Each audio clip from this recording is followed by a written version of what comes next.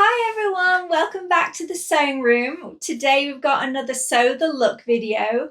I've been scrolling Cezanne again, and the newest collab with C New York has me so excited. These pieces are such a perfect blend of chic style and wearable craft.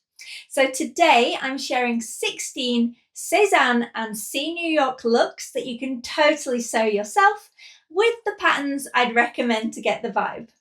If you enjoy sewing vlogs, fabric hauls and dressmaking tips, don't forget to subscribe because I would love to reach 7,000 subscribers. So grab a cuppa and let's get inspired. Okay, so these two brands are reuniting for a third collaboration, available now on Cezanne's website and in select stores if you're lucky enough to live close. It's a wintry mix of the two labels' kind of beloved signatures: C's quilted coats and broderie on glazed lace, Cezanne's jackets and kind of cool denim.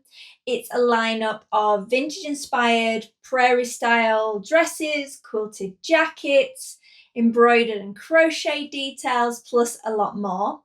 Cezallery said, people are drawn to softness, femininity, and delicate handcrafted detail, to things that feel more real, more human. I really love that kind of desire to have a slower, kind of more handcrafted life. And then C New York kind of put out a statement that said that they discover a collection steeped in a poetic spirit, celebrating a shared love of craft, vintage, and modern shapes. What more could we ask for? Okay, let's start with the Ludwig coat. This is a true standout piece showcasing Dresden floral blocks and dove appliques on a bold, oversized coat silhouette. It's made from cotton fabric with a wadding layer for extra coziness, and the patchwork blocks create a kind of heirloom feel, while it's quite a relaxed cut that makes it quite contemporary. It's got the pointed collar, hidden placket closure, raglan sleeves, and it's in a sort of midi length. I absolutely love the curved seam at the back neckline. Two patterns sprung to mind for this. So let's start with Vogue 1836, a cool coat with lots of similarities, hidden placket closure, raglan sleeves, pointed collar. There are also horizontal welt pockets with a flap, but you are all so good. You could easily just like rotate their placement, leave off the flap. Wonderful. I think it's based off a rhinestone studded Miu Miu coat, but it also works for this comparison. And it's a little bit more fitted than the Ludwig coat thanks to princess seams in the back. For a looser fit coat, I'd recommend the assembly line car coat. That's a pattern which is a bit of a boxier style, has no darts to shape it. The raglan seams are a bit more curved than the inspiration, but it has the same collar, the pockets, the length. Vogue 2137 could also be very cool with a different collar style. Dresden blocks can be quite fun to put together, and you can print off free templates to have a play with this style of block. Or you could just keep it simpler and choose applique shapes like hearts, stars, doves. Gorgeous. The Liriana skirt is crafted from rich blue suede leather, giving it a very instantly cool, slightly worn in feel, very retro. Cut in a neat A-line shape, it skims the hips without clinging. Finishes at quite a short mini length. And then there's patch pockets, like rounded patch pockets, a covered button style snap fastener down the front. And that's kind of like a bit utilitarian, the way that they're in the coordinating fabric. It feels polished with all that top stitching though. Fully lined, great pieces that you could wear with a simple knit. I've got a few recommendations for this style. So the best match is the Tillery skirt from Blank Slate Patterns. This slightly A-line skirt comes in 3 lengths. It has that mini length. The instructions have flat felled seam finish, so you'll get a really similar look, and then snap closed front placket. And yeah, the pockets are even the same shape. What a great match. Another good match with a better size range is the Reed skirt by Grainline Studio. It's a mix and match design. So there's a view with a button front and another with patch pockets that you could mix together to match the Liriana. The Lennox woven skirt pattern by Stylock is also A-line with button front. It has a wider waistband than the inspiration. Could still work, and then swap those flapped pockets for rounded, simpler patch pockets. Shorten the knee length into a true mini, and then just have fun with your top stitching. You could still swap the buttons for snaps as well. And the Simi skirt from Tammy Handmade also has that A-line shape and is fitted with back waist darts. Again, you could round off the patch pockets and swap the button front for snap fasteners. It doesn't have a waistband or panel seam like the inspiration, which makes that one much more beginner friendly. The Henria shirt has multicolored, beautiful embroidery on cotton. It really feels like a tablecloth upcycle to me. That would be a great project. It's an everyday collarless blouse with button front, light puff sleeves ending in a cuff. It's like a brilliant blouse wearing with jeans and just like, yeah, giving love to a vintage fabric. Pick up a couple of embroidered tablecloths from a charity shop or eBay and you can get to work copying this. I'd probably use either the Nell blouse by Tilly and the Buttons, mixing the views together to create the combination with the longer sleeve length and the peplum hem. There's bust darts for fit, and that's got great sizing options. McCall's 8067 is another good option. Again, mixing the views, pair the longer sleeve with the collarless neckline. It doesn't have a peplum, but you could easily attach a gathered rectangle to the hem. The Josephine jacket takes on the classic denim chore style and gives it a romantic twist with cream embroidery placed across a scalloped cape layer. Flat felled seams, welt pockets, metal buttons. It's all quite like a utilitarian silhouette to keep it practical, but then the embroidery and the scallops kind of soften the overall look. They also have it in green, olive green with cutwork embroidery. And I have two great matches for this style. So first is Simplicity 3168. It's perfect in denim, has the kind of right length of cape on view B. It has welt pockets. A few small tweaks would make it even more seamless. It has panelled seams and sleeves that all make quite a tailored fit, so you might want to let it out for a slightly more relaxed shape. And then you could lengthen the jacket a little more to match the inspiration. You could also skip the chest flat pockets for a cleaner silhouette. Alternatively, you could try Vogue 2074, which is a long raincoat pattern that you could easily shorten into a jacket. I think perhaps the cape needs shortening a little as well. But either way, it's very similar in silhouette to the inspiration, especially because it has fewer seam lines. It has the same large welt pockets, pointed collar. I mean, I love using decorative stitches on my machine. I'm very lucky to have a scallop stitch setting. Maybe you do too. Alternatively, you could create a scallop shaped facing piece to finish the cape edge in the same style. The Jacopa blouse, I mean, I would call it a quilted vest. It features what they're calling a Sylvanian patchwork print. I don't know any quilt blocks called Sylvania, so I think they mean that's the actual print design of the fabric, its name. It looks like a kind of lattice block. It's a mixture of dark florals and motifs with diamond-shaped squares and then long strips for joining pieces together. It's a luxe but handcrafted look. The patchwork effect adds plenty of like visual interest, making it a easy statement piece without feeling overwhelming. Perfect for pairing with a simple blouse and jeans and letting your chosen fabric shine.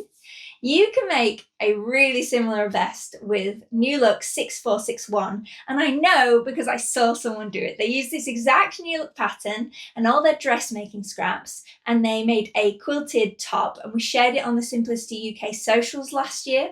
So essentially you just make yourself a large patchwork panel of square scraps, add a thin wadding and a plain fabric backing, and then just simply quilt along the seam lines, then cut out your pattern pieces as normal, and you can finish the edge with coordinating bias binding. So fun.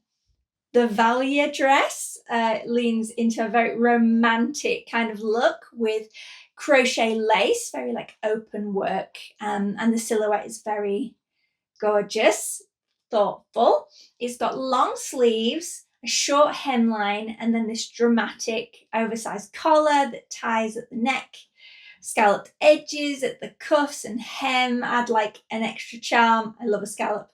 And then it's one with a removable cotton slip underneath to make sure it's practical.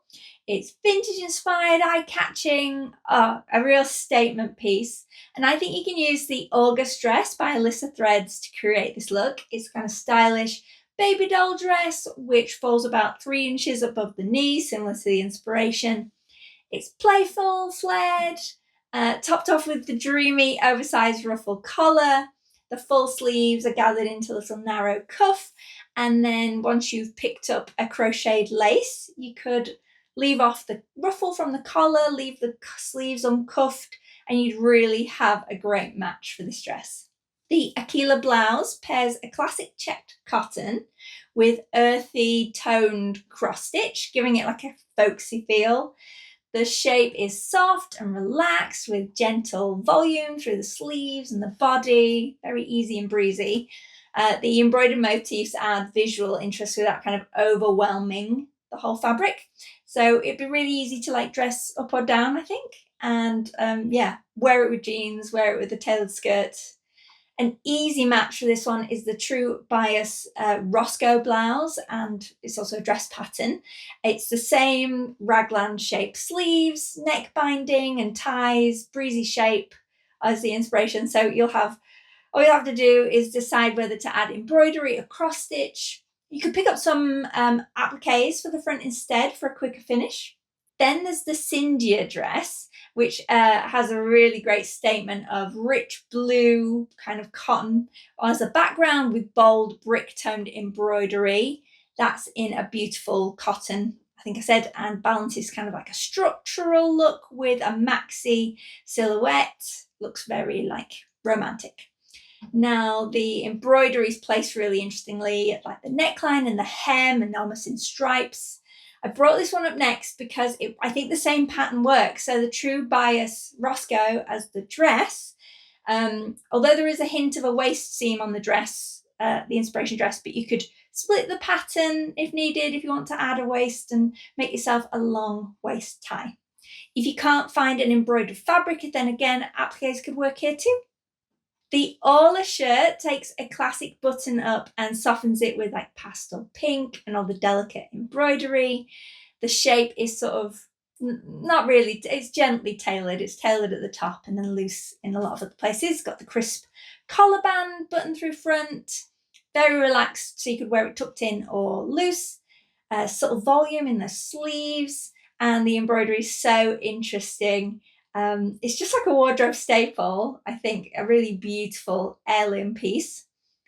I love it, but I could not wear this shade of pink. So it's a good job I can make my own. I'd probably choose the Madswick Raider blouse for a similar look. It has the kind of same vibe. It's got an attractive ruffled bib, which you could trim with broderie lace instead of a self-fabric ruffle. And the sleeves have a great shape with pleated detail it is different to the inspiration, but you're feeling the vibes, right? And then the button front is slightly different and the shape's a bit more cropped. But I'm seeing it. Do you agree? The Solia skirt is all about understated detail. It's that crew cotton with delicate cutwork embroidery, clean, slightly flared silhouette. It lets the texture do the talking, basically, and it's like probably easy to style throughout all the seasons. Work well with a knit or a decorative blouse, kind of matching blouse. It's kind of a quiet little hero piece that's like would work perfectly in a handmade wardrobe, and again would work perfectly as another upcycled embroidered tablecloth or bed sheet. It has an invisible zipper and hook and eye at the centre back, but you could easily make it with an elastic waist too. There are so many great pattern matches for this skirt style, but to keep it brief, I'd just say pick up Simplicity 9123. That's a 3/4 circle skirt that's got options with and without a waistband. Or pick up New Look 6053 for a more streamlined version. Or you could perhaps try a bias cut skirt like M7931. The Daquila dress layers a timeless checked print with floral embroidery. It's that same combination as the Aquila blouse. It has an easy wearable silhouette with gentle gathers at the waist. The embroidery works so well over the checks, and it's just like an effortless everyday piece that has a bit of like, yeah, charm and a statement about it. Suggestions for this one. Well, I've made a very similar hack of McCall's 7948 where I just moved the keyhole from the back to the front and added a very thin rouleau tie. You could do that and add multiple ties, or you could try one of the many tie front patterns like the Fabric Godmother fleur dress. And I've actually seen quite a few incredible hacks of McCall's 7325 being extended into a dress. And then because that has that square yoke piece, you could just sit and embroider the piece in front of the TV before constructing the final dress. The Mickey jacket brings a fun, playful energy with its kind of pastel pink base layered with rows of intricate embroidery for texture. It's designed in a kind of bomber style jacket silhouette. It features the raglan sleeves, a stand collar, zip-through front, and a gently cinched hem. It's not too cinched, it's like sporty meets chic. And then the satin fabric gives it a soft sheen, and the embroidered details keep it feeling more artisanal than athletic. It's kind of a good throw-on statement piece. It has the look of patchwork, but it's actually a multicolored printed fabric with the embroidery creating the faux seam lines. It's a really interesting piece, and a woven collar is really rare on bomber styles, so that made it a bit harder. But the Nomi 2100 by Lydia Naomi is one of the few patterns I've seen with that varsity style stand collar in a non-knit fabric. And that pattern has really cool seaming, patch pockets, which could be embellished or with like a decorative stitch to get a similar look to the Mickey jacket. It doesn't have raglan sleeves or welt pockets though. Burda 6478 has the raglan sleeves and is kind of a closer match in terms of seam lines. And it has the same woven collar piece, but no welt pockets. And it would work in satin though, so another good idea for the inspiration. Or you could try the Fibre Move Vinny jacket, which I like because it uses woven fabric for the cuffs and hemband and collar. So just omit any elastic threaded into those cuff and hem pieces to create the same kind of boxy silhouette as Mickey. The Bruce trousers, we're bringing some tailoring into the mix, I suppose. They're kind of cut in a rich, rusty red fabric with tonal embroidery at the hems, adding the fun interest. The silhouette is classic and wearable. Think the straight or slightly tapered legs, and you could pair it with either a coordinating or like really cool, more decorative top. The embroidery kind of elevates it without it making... It doesn't feel fussy, does it? It's like kind of got a really nice balance between staple and statement. Perfect when you want a kind of cooler trouser. There's a combination elastic waistband and drawstring tie waist, plus slanted pockets. It looks like a crepe, but the description says they're made from cotton. So I'm recommending Nomi 2110 by Brittany J. Jones, which is perfect for cotton blends, lightweight denim like chambray, linen blends. And it's got the exact waistband we're looking for. It's got the mixture of elastic and a drawstring casing, plus the perfect pockets, excellent sizing, and a sew along to boot. The Amarine blouse is crafted from soft cotton, decorated with fine embroidered lace and trimmed for a delicate handmade feel. You might think this style is familiar. It's kind of a staple silhouette for Sézane that they reinvent each season. Its relaxed shape has a gentle volume through the body and sleeves. The ruffle at the bust is a bit larger this time round, and the lace trims add a touch of like sort of sheer transparency to the yoke and the sleeves. So just like my last Sézane video, I'm recommending McCall's 7977, but with a couple of small changes. So lace insertion trim, it's very easy to add. It's like to the yoke and the sleeves, it's stitched on top of the fabric, and then you would trim away the backing behind it to create the sheerness. And you could easily extend the size of the ruffle pattern piece to be similarly oversized, just like the Amarine. The Olivia dress is probably more late spring than late winter, but it's so gorgeous, so I included it. It's another embroidered tablecloth style fabric in a classic tea dress silhouette. There's minimal shaping through the bodice, just bust darts, I think that I can see, and then a slightly flared dartless skirt. Embroidery highlights the neckline, sleeves, and hem, giving it that, again, handcrafted, joyful feel. It's so playful and very charming in the white. It reminds me of blue skies, bright days. Can you tell I really hate winter and I'm desperate for spring to start? I'll say it again, I'm really in love with embroidered tablecloth upcycles, so I hope someone can make it happen with this dress. I've pulled up 2 patterns for simple, timeless silhouettes that would work. New Look 6693 stood out. That one stood out because it has a simple rounded neckline, similar short sleeves, and the classic A-line skirt. There's also a really cute petal sleeve option that would look great in embroidered cotton. There's also New Look 6682, which looks very wintry on the cover image, but the line art shows that there's a lovely rounded neckline version. They skip the darts and replace it with delicate gathering. It's got the perfect skirt and the sleeves look very like the inspiration. So either of those would be great. And then the back skirt pairs crisp cotton with striking black broderie trim for a bold graphic look. Cut in a midi length with easy elastic waist. It really moves beautifully in some of the photos. And then embroidered trims are applied in layers to add that texture. It's great how simple shapes can be really elevated like this with a beautiful trim. So if you were able to find like an embroidered border cotton, you could cut just a few layers and use something like McCall's 8150 that has like 3 or 4 layer options, and you could use those to make up a tiered skirt. Alternatively, if you really want the same look as the inspiration, pick up a broderie trim of around 10 centimeters wide, then choose a simple A-line skirt like N6287, and you're going to attach rows of trim in staggered layers, starting at the bottom, covering the upper edge of each previous layer with your new row, and working all the way up to the top before you add your waistband. And it would look gorgeous, but that one would be a lot of work. So that's it for today. 16 Sézanne and See New York pieces you can totally sew at home. I'll pop all the pattern links in the description, and tell me in the comments which one you're tempted to make. And don't forget to subscribe so you don't miss another video. Thanks for watching and happy sewing!